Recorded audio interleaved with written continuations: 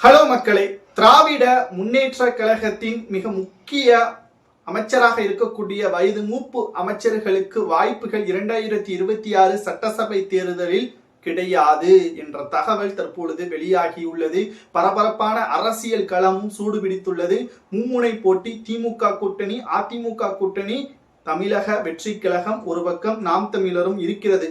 கிட்டத்தட்ட மும்முனை போட்டி என்றே கூறலாம். இதில் திமுகவிற்கு மிகப்பெரிய ஒரு தலைவலியே விஜய் அவர்கள் மட்டும்தான்.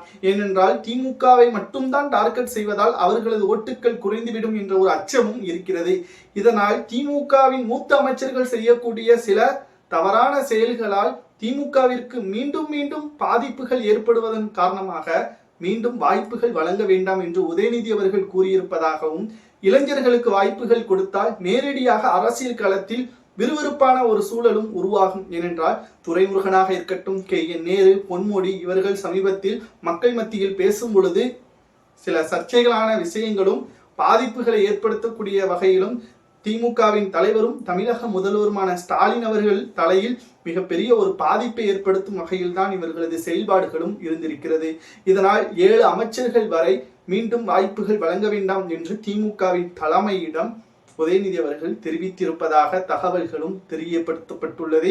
குறிப்பாக பேட்டி பழனிவேல் தியாகராஜன் அவர்களுக்கும் வாய்ப்புகள் மறுக்கப்படும். இது திமுகவின் தலைமை எடுத்த முடிவா என்று கேட்டால் அவரே தேர்தலில் போட்டியிட மாட்டேன், ஏனென்றால் 2021 சட்டசபை தேர்தலில் வெற்றியடைந்த பொழுது நிதியமைச்சராக பேட்டி பழனிவேல் தியாகராஜன் அவர்கள் பொறுப்பேற்றார். அதற்கு பிறகு அவரது ஆடியோ ஒன்று வெளியாகி சமீபத்தில் பெரிய ஒரு சர்ச்சையை ஏற்படுத்தியது. திமுகவின் தலைமை மீதும் உதயநிதியின் மீதும் இருக்கக்கூடிய ஊழல் குற்றச்சாட்டுகள் அந்த ஆடியோ மூலமாகவே வெளியிடப்பட்டு சர்ச்சை ஏற்படுத்தியது. உடனடியாக அவரை பதவியிலிருந்து நீக்கினால் தாம் செய்த ஊழல் உண்மையாகிவிடும் என்ற காரணத்தினால் அமைச்சரவையிலிருந்து நீக்காமல் நிதியமைச்சர் பதவியிலிருந்து மாற்றி புதிதாக தகவல் தொழில்நுட்பத்துறை பதவியும் அவருக்கு கொடுக்கப்பட்டது. இதுவும் அவருக்கு ஏற்பட்டுள்ள ஒரு கோபம்தான். ஏனென்றால் திமுகவை எடுத்துக்கொண்டால் பேட்டி பழனிவேல் தியாகராஜன் அவர்கள் மீது மிகுந்த மரியாதையும் மக்கள் மத்தியில் இருக்கிறது.